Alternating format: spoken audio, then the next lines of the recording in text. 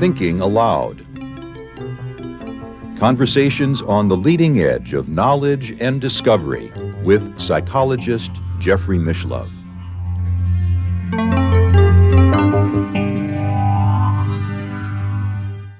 Hello and welcome. I'm Jeffrey Mishlove. Our topic today is magic and science, and my guest is Erik Davis. He is author of several books, including Nomad Codes, Adventures in Modern Esoterica, The Visionary State, A Journey Through California's Spiritual Landscape, Led Zeppelin's Led Zeppelin IV, TechGnosis, Myth, Magic, and Mysticism in the Age of Information, and High Weirdness, Drugs, Esoterica, and Visionary Experience in the 70s.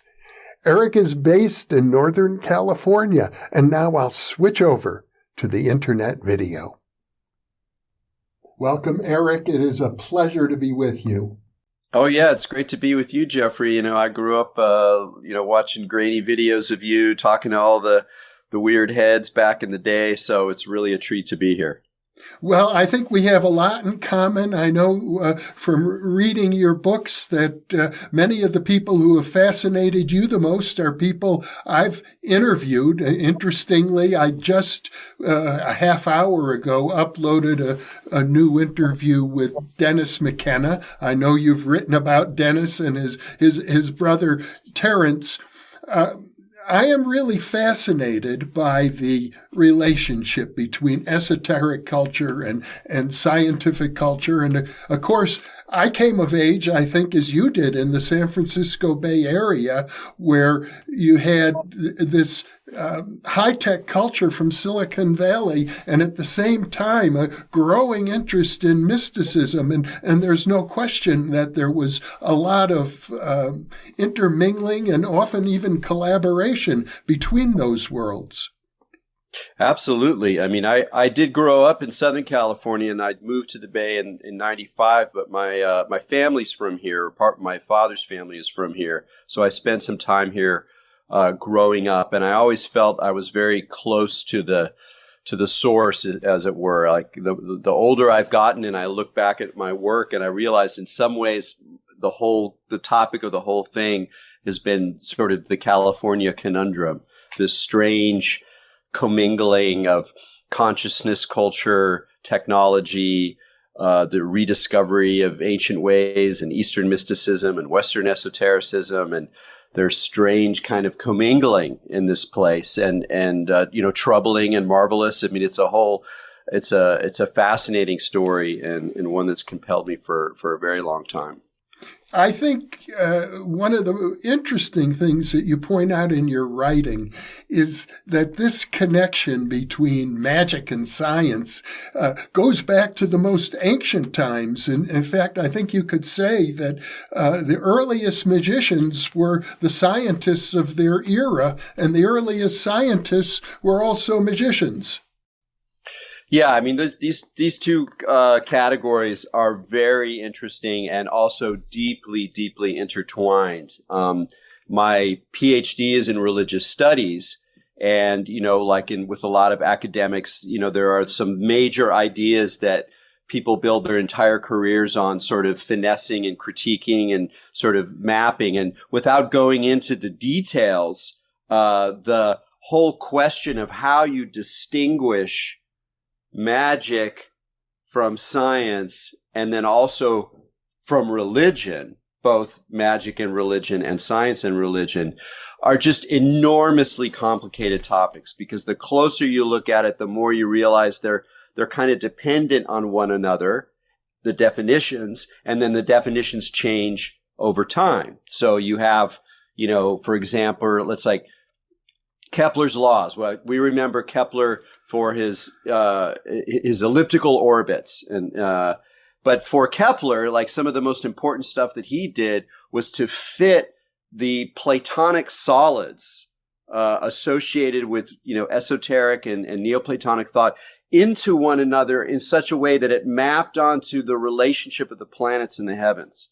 something that now, an astronomer would just not care about at all, except if they were interested in history.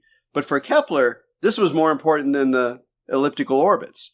So, than the second law. So what do we do with that? Is that magic or is it science? I mean, he was acting like a scientist, kind of, or like a natural philosopher. And those kinds of complexities exist all the way through. But what really interests me now is more in a kind of 20th century mode at a time when like we've seemingly clarified these distinctions, that, magic's over there and science is over here and never the twain shall meet. That actually, if you look close, and not even that close sometimes, you can see all sorts of fascinating interminglings of these two modes, sometimes resembling each other, but oftentimes living side by side in individuals, in practices, in cultures. And so things are much they're not as clearly defined as they may appear, even in a modern context where we have such a strong idea about what science is and versus the sort of supernatural other stuff. And it's just not true. One of the major stories about the modern world is that one way of defining it is that it is the disenchantment of the world.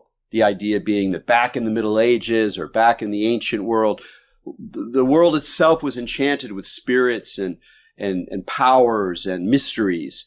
And that as science marched along, emerging out of the Middle Ages and the Renaissance, and then over the centuries, it gradually sort of spread throughout reality, disenchanting everything as it goes with its rational, causal, systematic, mathematical explanations until we wind up here in this utterly secularized, disenchanted universe. This was a very popular narrative. The problem with it is that it's wrong. That there's never been a time where there wasn't enchantment going on, not just in the corners or the margins, small communities or strange bohemians or whatever, but even at the heart of mainstream reality, there's tons of enchantment, and there has been so. And it's even more obvious today when you'd think that we would all be, rationalist, post-rationalist, secular people, and yet there's more mysticism, more magic, more enchantment, more paranoia, more conspiracy. All of this, the weirdness of our moment really attests to the fact that, in my opinion, there's no way out of the enchanted world. We have to come to terms with it one way or the other. And even if we think that we're apart from it, the world around us, the culture around us, the humans around us, as well as the non-humans, are trafficking in all sorts of mysteries. Well, it seems when it comes to the word enchantment, or the idea of re-enchanting the world around us, you have, as you mentioned, the paranoid side of it, that there are people who fear that there are powerful elites who are using dark forces and magic somehow to control our minds and force us to behave like robots somehow in their service. And then there's the other vision, which is that this mixture of science and magic is for the liberation of people, not the enslavement. And I see that there's quite a bit of tension between these two views. Absolutely. Absolutely. I was just reflecting on the fact that my first book, TechGnosis, which deals with all of these issues, is a quarter century old, which I hate to admit, both for what it says about the age of my body, but also just how long ago it was. And yet it remains in print. It remains a sort of, cult classic. People still read it. Young people read it. People who are much deeper in the internet world than I am, or at least in terms of growing up with it, the way I didn't, are still finding something in it. And I've wondered that, like, it's written at the 1998 during sort of at the peak of the first boom on the internet, when people thought, we're really going to change. And Wired magazine was saying, it's abundance forever from here on out. And all of these sort of strange internet cultures were starting to go mainstream. And I'm like, why? How did what I do not become really dated? It's before social media, it's before Facebook, it's before a lot of stuff.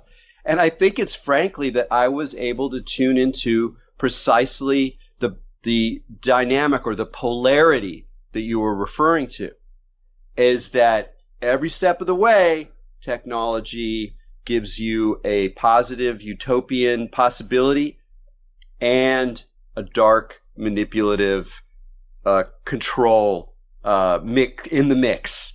There's always both. It's a both and situation.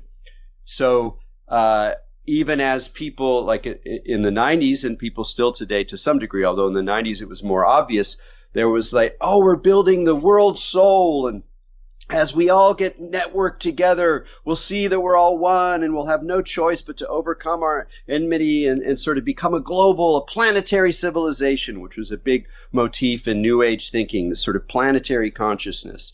And cool, groovy, we're all one, right? But actually being all one, the global village is a paranoid place. That was the thing Marshall McLuhan talked about. In the 60s, he said, yeah, we're moving towards a global village. And people tended to think he meant in sort of a kind of a Walt Disney way, like, oh, it's a little village and we're all happy and together. No. That's not what he meant at all. He meant it was going to be a place where everyone was aware of everybody else's business. There's a lot of backbiting, envy, social tension, so it's a mix, it's a deeply mixed bag. And I was able to articulate in a way, both the utopian and, if you will, the demonic side of this kind of global technology. But I think a better figure, rather than thinking of the sort of angel demon tension, is to think about technology in particular. If it has a mythological identity, it's the trickster. And tricksters bring gifts, and they bring pranks. They can be devilish. They can be celebratory and erotic. They can open the gates to the other dimensions, and they can fool you. So all of those kind of qualities from a mythological level, I think, are at play inside our technology, and that this hasn't changed since 25 years ago when I was writing TechGnosis. It manifests in different ways. There are different balances. Conspiracy theory in the 1990s was a marginal operation for the most part. I was fascinated with it back then because it showed so much about the mind, about how we use mythological categories to organize political reality, and also how politics themselves have a conspiratorial or even mythological dimension that can take the form of these sort of overwhelming cartoon narratives of evil forces and manipulation. It was really fascinating stuff back then. I find it less fascinating now because it's mainstream and politically oppressive in a lot of ways. It's understandable. I get it. I know why it's there. It's not going anywhere. But the consequences of it are much more sobering these days. So in a way, I wish that I didn't recognize our contemporary technological landscape as well as I do, because it might mean that it turned out a little bit less fractiously and dark than indeed what we actually have.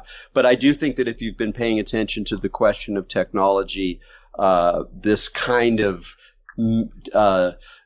almost apocalyptic mixture is sort of in the cards. Well, science is very mainstream in the present era, and it has been for a good 100 years or more. Esoteric culture, though, is fascinating as it is, and certainly in California and even where I am in New Mexico, it's very, very popular. It's not mainstream, but at one time in history it was.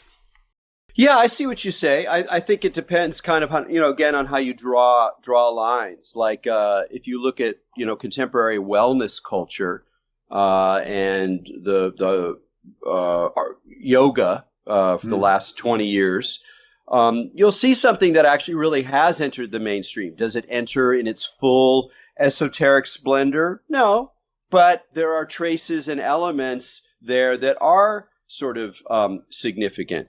I do think that there's a tendency in the enchanted side of the imagination to kind of move to the side, that there's a bit of there's an esoteric quality, there's an insider quality. And this lends itself to subcultural groups, hippie dropouts, to raver kids, to conspiracy theorists who are kind of on the edge of things, against the mainstream. It's like conspiracy theory doesn't exist without the idea that there is a mainstream that is lying to us, against which you put your case. Of course, the reverse is true as well.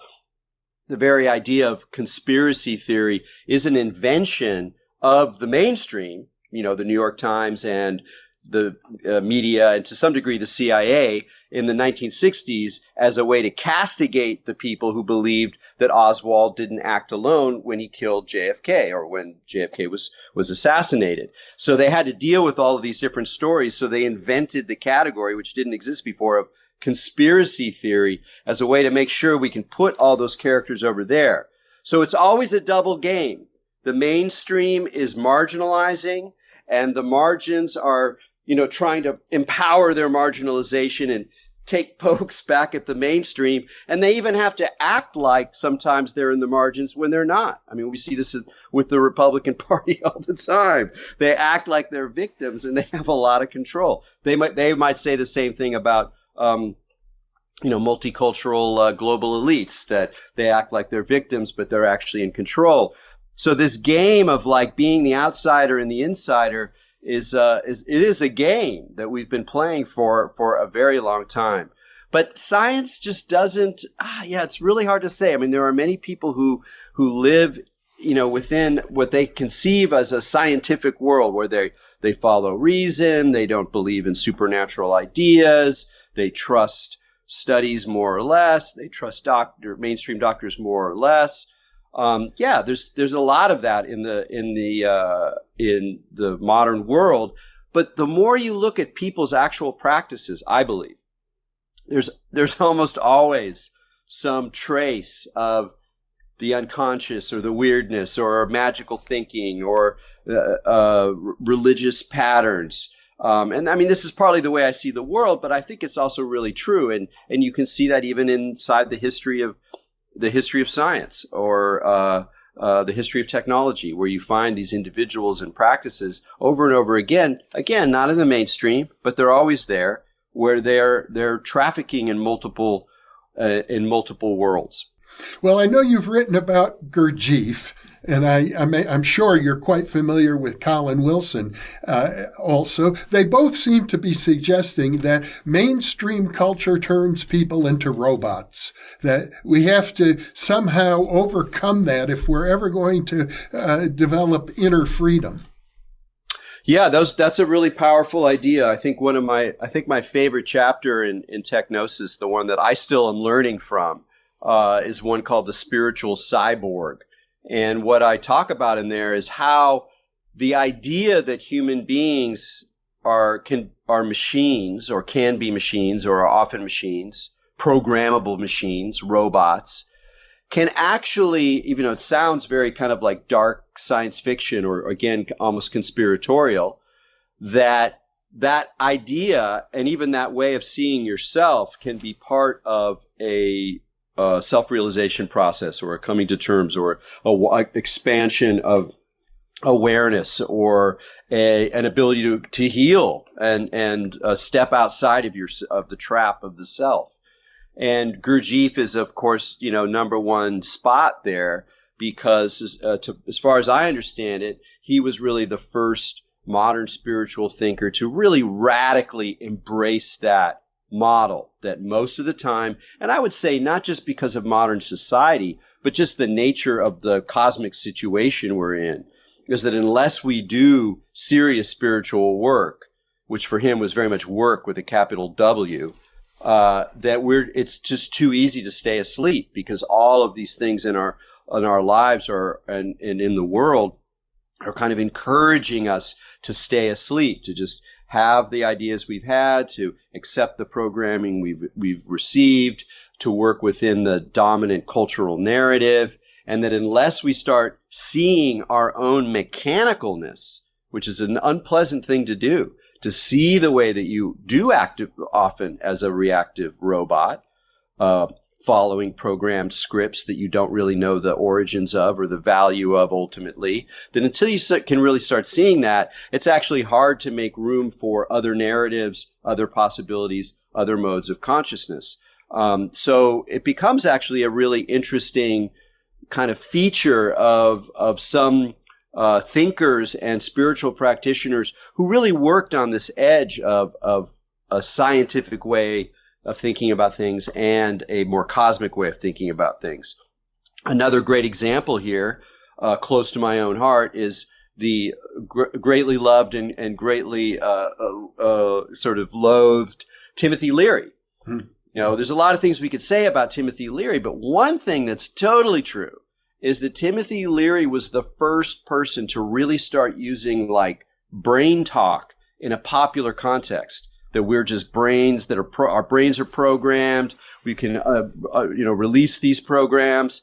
In the 1960s, he would even refer to human beings as DNA robots.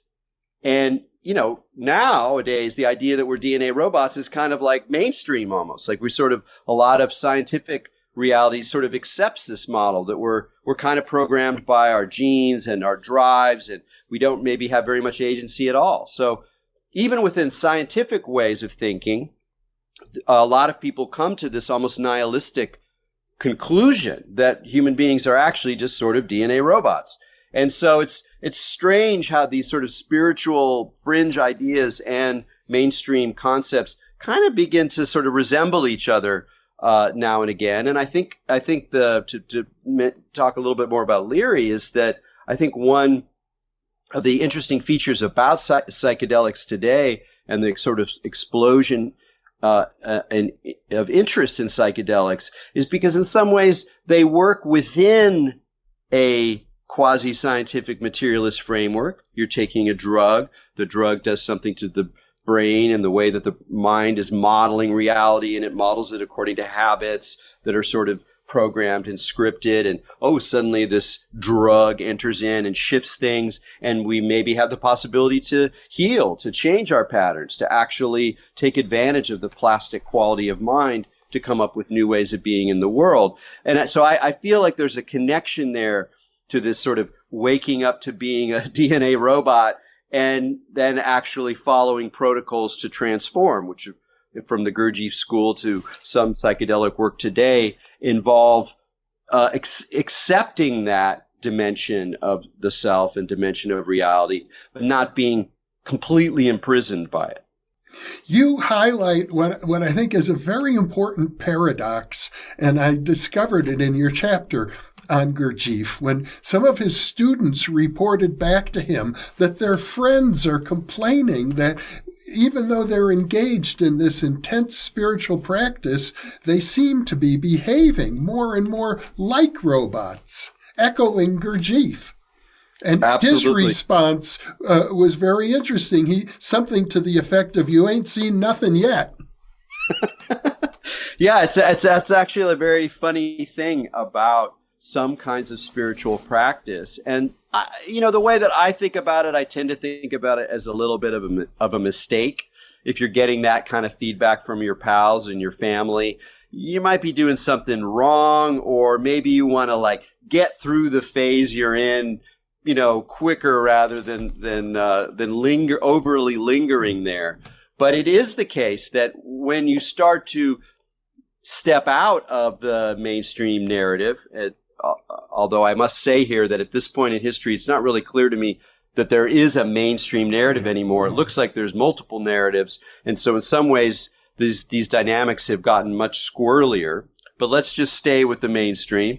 You're waking up to your own robotic nature and the possibilities of not responding completely reactively, and that there's some degree of freedom that often at this stage people over-identify with the sort of observer. Because one of the things that wakes up in you as you see the way that you're a robot, sometimes, often, most of the time, according to Gurdjieff, almost all the time maybe, that when you see that, what's seeing that?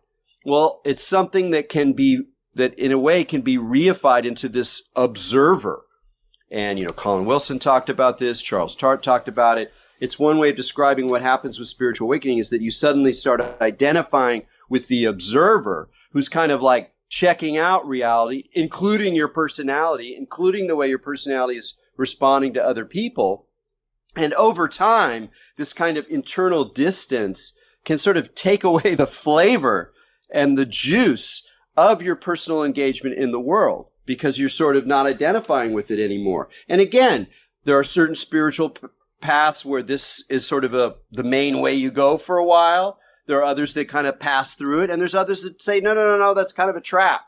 There's other ways of doing this that you don't lose the juice. And I'm a kind of a juice guy. So, I'm also a little distrustful of that. But it does point to the way in which, once you're really on this kind of course, you're sort of setting yourself up for an event in the future when the rug is sort of pulled out from under your whole self-concept. And that can be very challenging. It can be seriously discombobulating. Some people get really stuck there or even lose the plot for a while. And some people react by becoming very kind of cold and distant. You have this sort of ascetic remove and a kind of, like as if that's an escape. And I don't think it's much of an escape. You look at somebody like Gurdjieff, he was drinking whiskey, he was philandering, he was playing his harmonium, beautiful songs on his harmonium, beautiful sad music on his harmonium. He was a very lively character. So I think that, maybe to a fault. So I think that it's always sort of good to balance in a way that kind of internal detachment and withdrawal with more engagement. So if you're on a path where you're finding yourself kind of removed from your personality or more detached, please go to a dance concert, go to a electronic dance music festival and dive into the crowd, or immerse yourself in, jumping into cold water surrounded by birds and fishes. I mean, get into it too, because otherwise, you can get a little too robotic in a weird way. And we all know that from so-called cults. What a cult is again another one of these problems like magic and religion, where you can argue all day about what a cult actually is. But to take the generic idea, there's this kind of glassy-eyed sort of responsiveness that emerges because the old programming gets broken down, but then instead of liberation, you get a bunch of new programming, which makes you even more robotic, even though you think you've woken up from the consensus trance. Mm-hmm. We've seen the same logic at a much greater degree with QAnon, where, I have no doubt that you, like me, were shocked at some of our friends and compatriots or people we knew on the scene who suddenly started to get more and more far out and then actually ended up kind of just saying the same lines that we were getting from everywhere else. And one of the peculiarities of the rhetoric was like, everyone, they're all sheeple, you're all sheeple, we're waking up, we're finally seeing the truth, we're the Jedis who are fighting against the empire of lies, et cetera, et cetera. And they had a language of themselves being free or being liberated, being open-minded, doing their own research. But if you listen to most, I'm not going to say all because there are some interesting forces and factors. I don't want to just say QAnon is this completely hogwash. There's some, we live in a weird time. But when you listen to most people who were touting the party line, they just sounded like QAnon robots. Like, oh yeah, no, you're going to get to the part with the pedophilia now, and then, oh wait, no, the adrenochrome. Oh yeah, here you go. Oh yeah, I know how this triangle goes together. Those of us who followed it knew the moves, so we were rarely surprised. So actually, it kind of looked like you just shifted robot teams. You didn't really wake up. It just looked like a waking up. And indeed, I think a lot of the trickiness of our era right now is that people are presenting things that look like a waking up when they're actually like, hey, come over onto this team of robots and fight for us, or the meme is doing that, or the whatever it is doing that. So yeah, it's a very interesting process. But I think we all have, or even more than have, should develop this kind of intuitive sense of like, this person is not acting like a robot right now. This person is like in the thing, in the moment, whatever. And to kind of encourage that. I mean, maybe it's a pipe dream, but I certainly still try to live that way. In the moment. I like that. Of course, in a way, it comes from Ram Dass, be here now. One of the developments I think that really got off the ground in the 1970s was video gaming. And video gaming culture is just full of esoteric and magical possibilities that people live. It becomes part of their life, that they have magical implements and so on. And yet, at the same time, when you get deeply involved in video gaming culture, it also seems quite robotic. I think that's a very, very interesting point. I really love it. It's worth thinking about. You know, that was another story that I traced in TechGnosis, and another example of how magic just doesn't go away is that even you have these advanced technologies and you have a culture of people using them who are trained in coding and mathematics and rationality and systems thinking and electronics, electronical engineering, et cetera, that in their free time, they enjoyed playing these games, some of which ended up really exploiting these magical metaphors. And part of the reason for that, I think, is that we just have part of the way that the human psyche is organized. It's attracted to magic. It fears it, but it's also attracted to it. And it doesn't take that much for many of us to be knocked into magical thinking, at least temporarily. So that's part of the attraction. But there's another reason, which there is some interesting connections between the way computers work and ideas about how language works inside of magic. Because inside a magical world, language is power. Language makes things happen. You say a spell, you draw a sigil, and the thing happens because your words can directly shape reality. In a way, that is the magical gambit, and that's the one that the typical scientist rejects. Words do not directly control reality. They can influence people to make things happen, or et cetera, et cetera. But the magician's like, no, I can change reality with a word. And that's kind of what computers do. So it's almost inevitable that the space of play within the computer, video games and then computer games, massive multiplayer online, et cetera, that magic is going to become a dominant metaphor. And at the same time, you're totally right that it's a different kind of magic because it comes with a cost, which is that in addition to the actual cost of the product, is that a lot of your behavior becomes really routine. And I've had friends who were deep players. I've never been that deep, but people who were like they went all the way to the end of World of Warcraft, and they talked about how initially it was an enchanted other world. And they were meeting new people in their avatar guises, and there was playfulness and exploration and magical objects, and they kept going, well, but they had to make money, and so they had to do these things, these laborious things over and over again, and And then at the end, they're participating in these, organized campaigns that are super bureaucratic in order to be effective. So there's this weird dance within games between like the mechanics, which always can be most efficiently deployed, and therefore has a kind of ultimately disenchanted bureaucratic logic, and the magic of the world, of the identity of the character, of what the narrative, what's happening.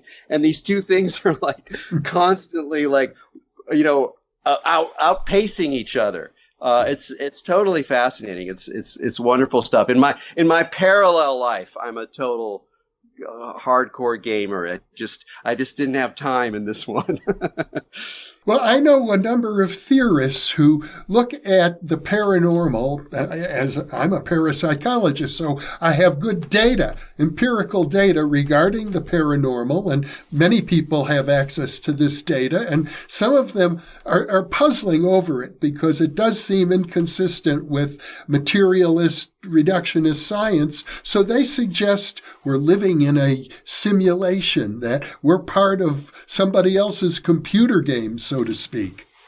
Yeah, the idea that we're inside of an artifact is a very potent one. One of the again, not to keep going back to this, now ancient text, but one of the things that I trace in TechGnosis is how, from a certain perspective, we can look far back and see the same kind of impulse. I mean, it's always a little dubious to compare our mind frame with people 2,000 years ago, but there is something to be said for the the Gnostic idea that the world that we're in is an imperfect simulacrum that was created by a lower being who thinks that he's God but isn't, and that our goal is to get out of this false material reality. Now, there are some major differences. The Gnostics, so to speak, I mean, there were a lot of different groups that went under that name, and some scholars don't even like to use the term, but let's just say it, use it. The Gnostics associated the fallen world with matter, whereas our contemporary model, the one that you're talking about, the simulation hypothesis, is almost the opposite. It's like, no, there isn't matter. It's code, and we just perceive it as matter because that's how we've been organized. But I do feel like there's a sort of shared sentiment there that you can see in popular culture, you can see in these ideas. And again, it's another example of how peculiar our moment is right now, where those ideas, you can trace back sort of informational forms of this simulation hypothesis, meaning that, they had to do with a kind of computer scenario. You can go back to the 70s and you find a few characters who were saying them here or there, but it was super marginal. Nobody was going to think about it. And now it's like, there are like reasonable mathematical statistical arguments that's proponents will give you. Not that they're, hey man, it could be like we could be inside of a giant computer. It's not like that. It's like, well, if you actually imagine the extrapolation of simulating power and the likelihood that we're it's like it's a whole elaborate argument based on statistics and certain presumptions that lead to this almost overwhelming conclusion that we are, inside this game, which, in a way, well, then just keep playing the game. I mean, it's like, what are you going to do? Get out? I mean, you're going to get out when you die anyway. So it's like coming up, to me, it never really bothered me that much because I'm still going to like seek fun, be compassionate, try to wake up. Maybe when you wake up, you do see something about reality that makes it look more this way. But sometimes I find it a little, I don't know, a little juvenile. But on the other hand, it's a great example because a lot of the people who might take the simulation hypothesis example wouldn't otherwise dally with cosmic or metaphysical or transcendental ideas about what's actually going on in the world, whereas in spirituality or religious traditions, people have been arguing and exploring and modeling the way in which the world is an illusion, or an appearance that's sort of like an illusion, but it shows up and we have to deal with it, but it's still an illusion. And all these paradoxes and complexities, which are so deep in some spiritual cultures, some metaphysical traditions. We're kind of naive materialists, or not really materialists, but naturalists, I guess is probably the best word in the modern world. And so when we hit this idea, we do it in our own way. But it all points, I think, to the same issue that when we step out of being a programmed DNA robot in whatever direction we do, there's this phase or sense that we have that the world is a construct or an artifact or an illusion or a program or a prison even. And the trick is to navigate that without getting too paranoid. I know you did your work in religious studies with Jeffrey Kripal, who's a friend of mine, a brilliant professor. And I remember at one time he said that if he could start all over again, he'd go into parapsychology, which is my field. And it's very interesting because in spite of 140 years of data, it's still, I would say, marginalized within science. If you go to Wikipedia, for example, parapsychology is described still as a pseudoscience. And I wonder if you have thoughts about that. Yeah, I have a lot to say about that. Well, first, just on Wikipedia. I was always a loyal Wikipedia fan. I gave them money. I still see it's one of the few things from the sort of first wave OG internet that is readily, this still has power, and I love aspects of it. But as a historian of alternative religion, I can only say that it has been taken over by a sort of skeptical atheist cabal that actively distort historical reality in order to put forward their agenda of how we should think about the paranormal, or even just alternative spirituality, alternative medicine, et cetera, meaning that without entering into, and this is just a little rant because it's pissed me off so often as somebody who's using Wikipedia as a loyal Wikipedia user, not loyal, but like, a researcher, that it's not about whether or not this particular argument is true in some way that we're going to, establish scientifically. It's just that even the historical account of these movements, of these researchers, of these events, of what people were saying about it, what people were thinking about it, even historical accounts get mangled by these ideologues in a way that really distorts the story. And it's quite enervating to me. And so I don't give them money anymore because I'm like, I can't, you guys, you got hacked by these atheists in a way that distorts reality. And a funny thing about those atheists is they'll complain about religion a lot, but they're the ones who are acting religious. They're the ones who are acting like militant Protestants who know the truth and will damn the pagan liars and wizards. They're the ones who have to hold on so tightly to their imperious view of what reality is that they have to actively distort in order to justify their continued existence. Okay, rant over. More interesting, big question about the paranormal. You're totally right that it remains marginalized, not just from science, but from, the mainstream, New York Times, kind of mainstream reality, and even in the conservative mainstream, like nobody really takes it seriously. And I always come back to a line that Dean Radin said, who's very, very high ranking, if you will, accomplished parapsychologist, very thoughtful fellow.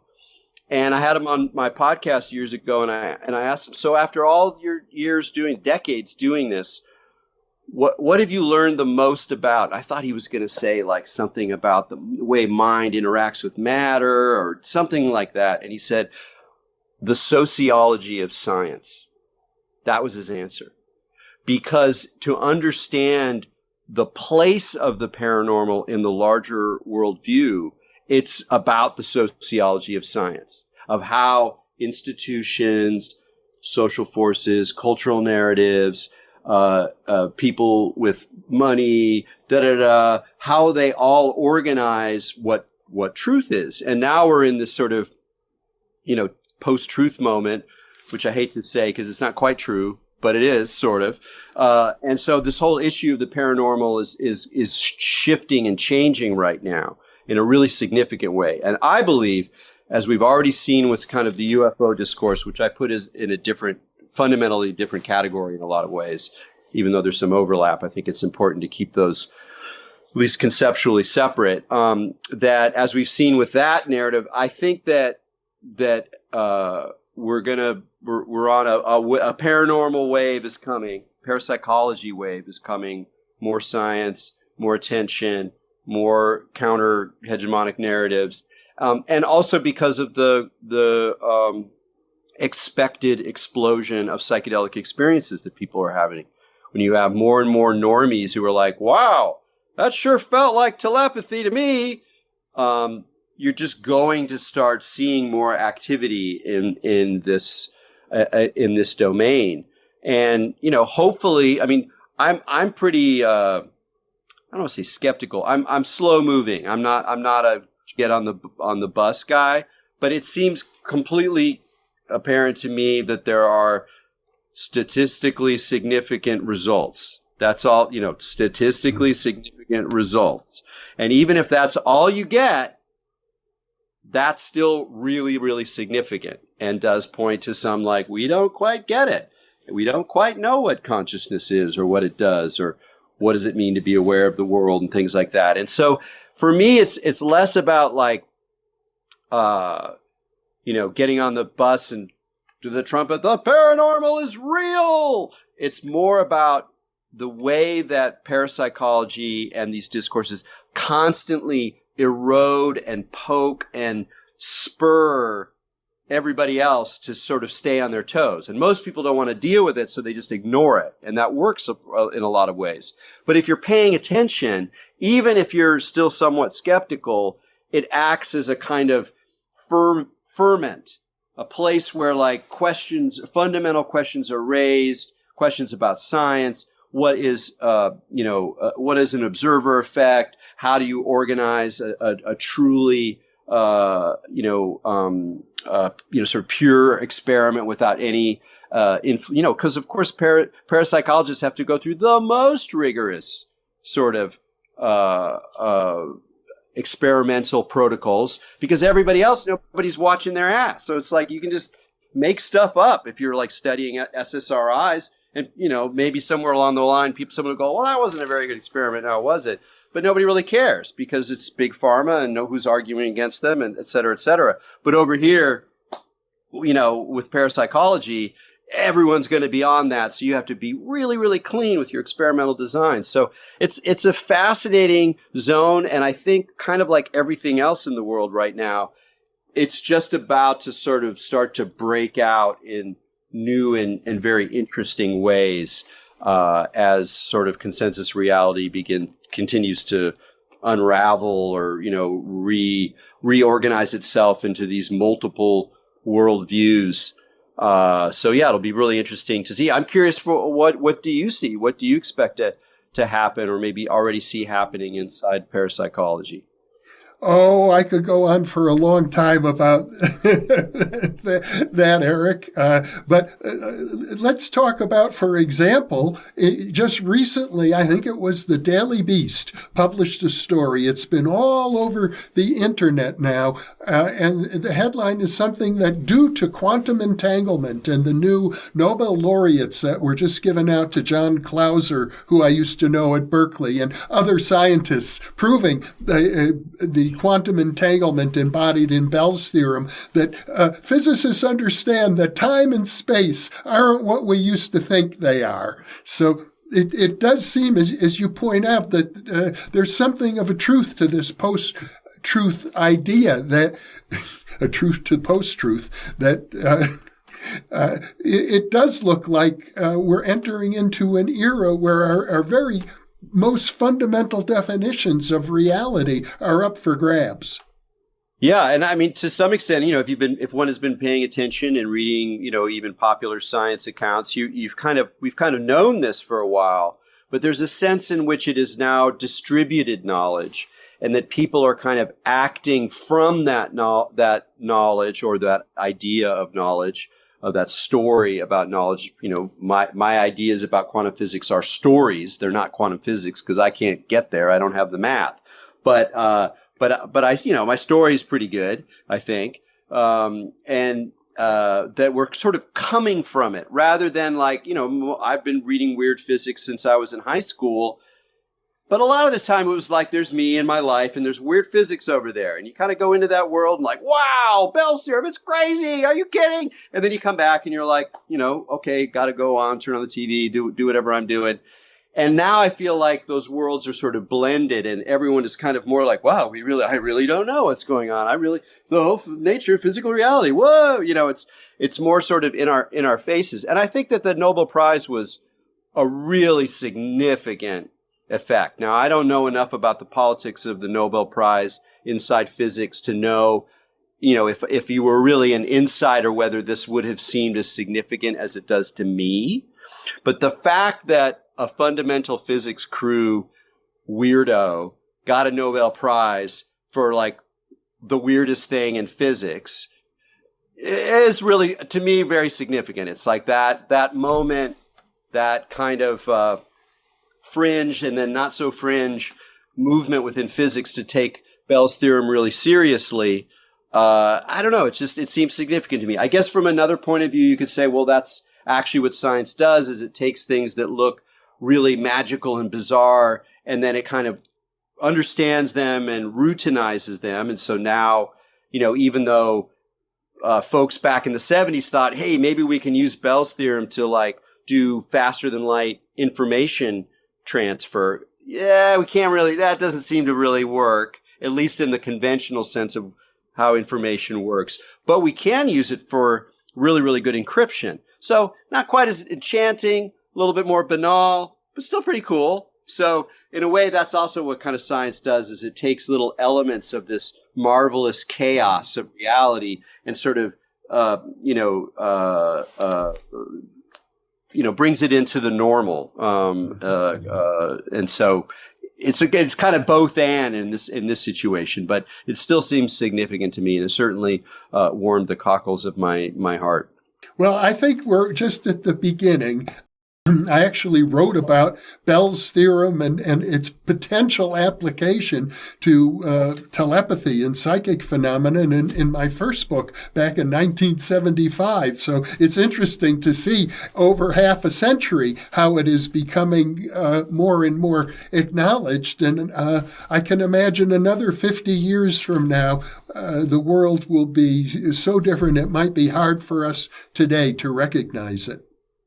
Yeah, I agree with that. I often feel that I'm just, almost everything I do is just for the archive, because it's just going to change so much that so little of it will be of interest to people unless they're interested in history. Or it might even be wrote, like sometimes I'm writing my book and I'm like, oh God, I got to finish this book. Why am I doing this? And I go, oh, I guess I'm just, I'm giving it to the robot historian, the AI historians of the future, who want to understand how this whole thing happened. Because it's like, who's going to, be reading in 50 years, 75 years, 100 years? I mean, it's really hard to say, but, still a really fascinating time. And the whole question of consciousness doesn't go away.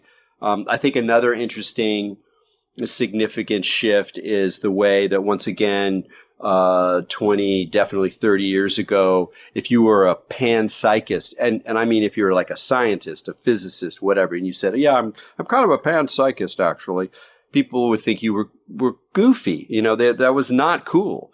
And now it's still a minority position in those worlds, but it's a completely acceptable one because of the consciousness discourse, because of particularly the way that consciousness, even in its sort of scientific discussion, it's kind of skeptical discussion, Daniel Dennett and all that even in that world, in a way, once you see the panpsychist argument, it kind of makes sense as an argument. And so now it's just like an acceptable position. And what that means and how that plays out is very interesting to see.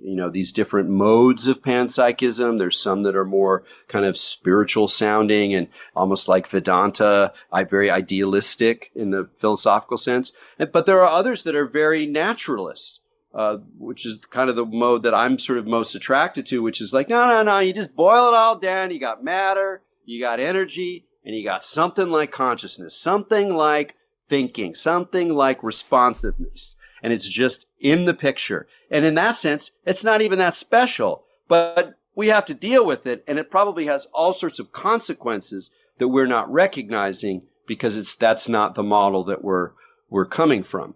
But anyway, I think that's another whole zone that's going to continue to be very pertinent and very interesting as we go forward. Well, let me ask you one final question. Since you're a scholar of religions, I wonder about the future of religion itself. I know that church attendance has been declining in the United States, and at the same time, belief in such things, which is a big interest of mine, survival of consciousness after death, that's not declining. That seems to be, if anything, going up a little bit. And it suggests to me that in the mainstream religions, we're going to be seeing some changes.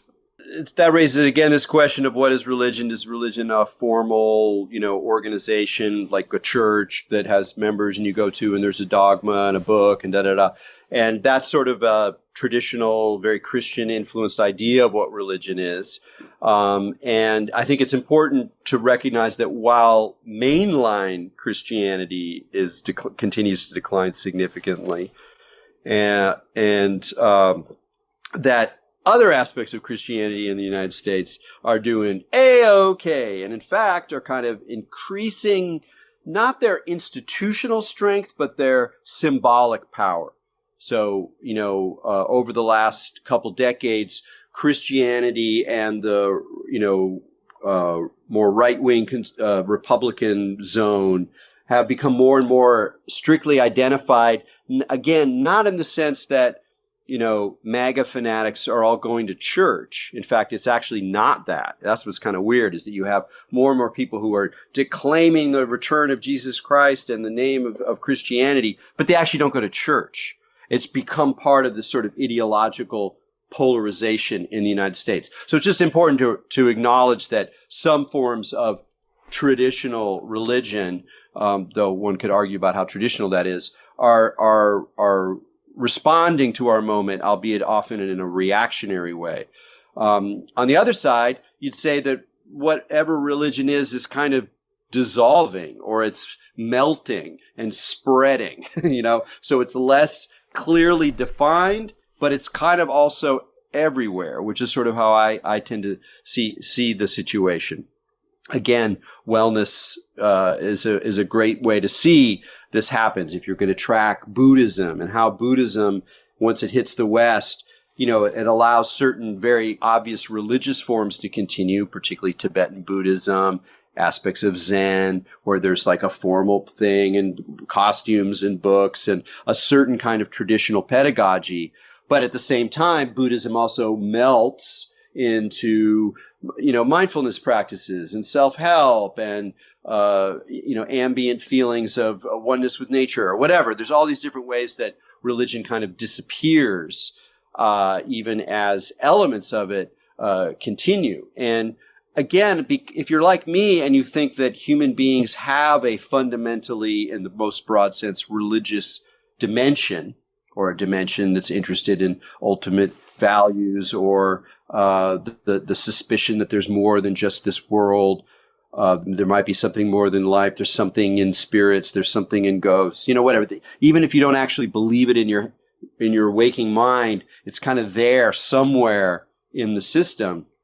That as religion breaks down, you're actually just going to see more and more of these strange hybrids where you're interested in science and cryogenics, but you actually really believe in some kind of survival after death, because you look at the evidence, or you look at other parapsychology experiments and you read them a certain way. So you're not really acting like a religious person anymore. And yet there is that same call towards what is beyond what we know, what is beyond what we can see, what is beyond the world as it just sort of appears to us now. And that's very much true in science fiction, for example. I mean, that's a lot of what, even though science fiction, the nuts and bolts of it are often based on science and are often quite atheist in motivation. A lot of the great science fiction authors were atheists. Nonetheless, we're attracted to it, and it ends up having an influence certainly on popular culture through more popular forms of science fiction